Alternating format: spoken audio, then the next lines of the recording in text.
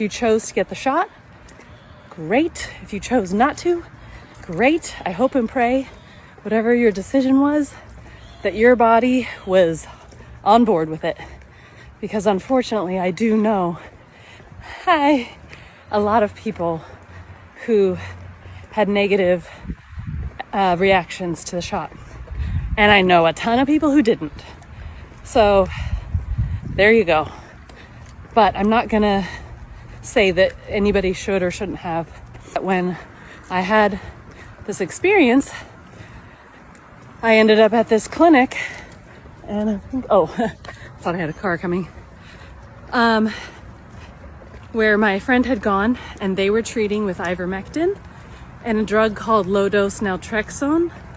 They were doing low-dose steroids for people who had the lung issues in terms of like long-term lung issues. And I'm gonna explain this.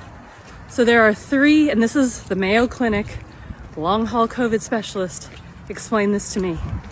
There are 3 ways that long haul COVID attacks: the lungs, the heart, and the brain. So some people have the lungs get attacked and all their symptoms are tied around that. Some people have the heart, like my friend, and I have a family member, same thing. Heart was attacked. All the symptoms revolve around that. And then I had the brain, which the autonomic nervous system ties into all this.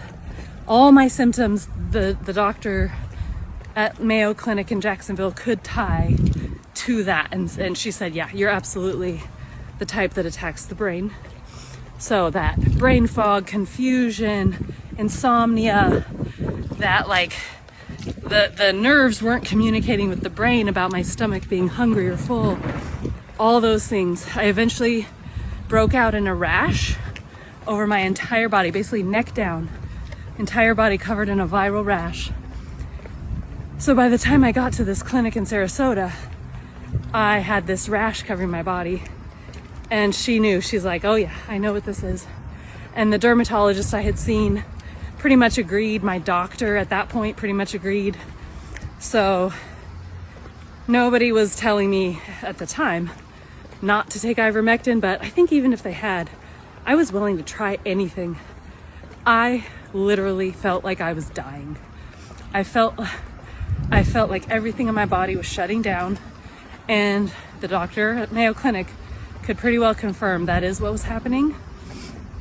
It's just a very long, slow process, and a lot of people come out of it eventually, but it's so miserable I can't even put words to it.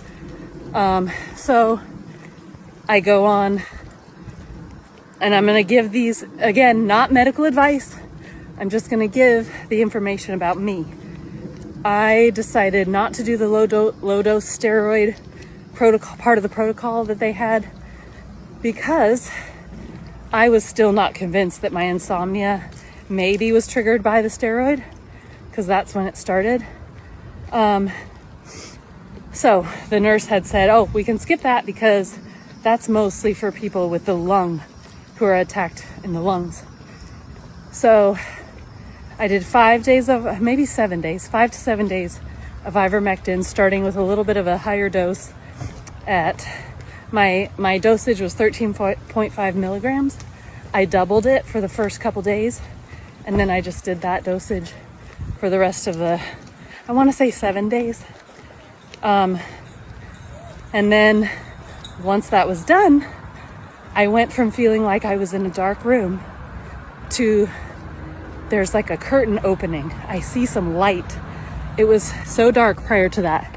My whole mentality, my whole world felt like darkness. And I could get into that a little bit more, but for now I just want to get through this info about the drugs. So once I finished that, because I didn't want to take multiple at a time in case I had some kind of reaction, I wanted to know which drug was doing it. I'll switch arms again. Yeah, I'm tired. It's hot. So the next drug was called low-dose naltrexone, and she started me at 0.5 milligrams. And for a week, I would take that. And then she would increase me by 0.5 milligram every week until I reached 4 milligrams. And when I was on 4 milligrams, I maintained that for about 6 months. And then once that 6 months period was over, I tapered down the same way I tapered up at 0.5 milligrams at a time to wean off of it. For those who don't know, naltrexone is a drug for addicts.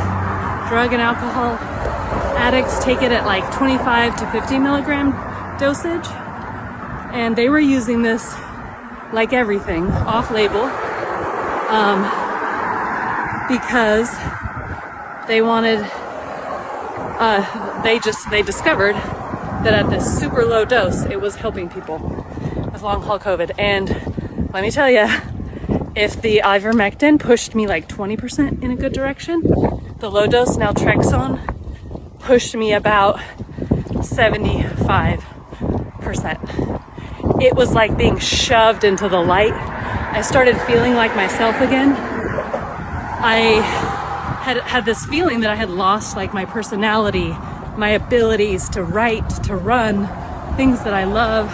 I didn't feel like God was close to me for the first time in my life since I came to Jesus at a very young age in childhood. All that just whoosh. And I very much credit the Lord with sending me to that clinic, having my friend tell me about it. And I'm very thankful to her. And so that is my journey. Within a week and a half, 2 weeks of being on the low dose naltrexone, that's when I felt the really severe push. And as I continued to take it for those probably 6 months total, maybe it was tapering up for a month and a half, on it for 3, tapering off for 3.5. It was like a 6 month total. I chose to taper off it. Some people choose to stay on it for a very long time. That's fine, whatever you gotta do. I kind of knew my body didn't need it at a certain point. I could just kind of tell, maybe the Lord was just revealing that to me.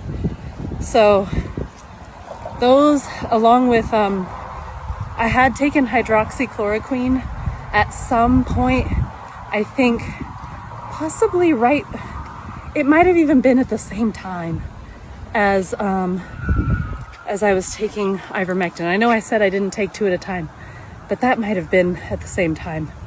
It's been a few years, so I'm trying to remember. I'm actually back at my car, so I'm going to wrap this up. That is my kind of quick version. It wasn't even that quick, was it? Of what worked for me.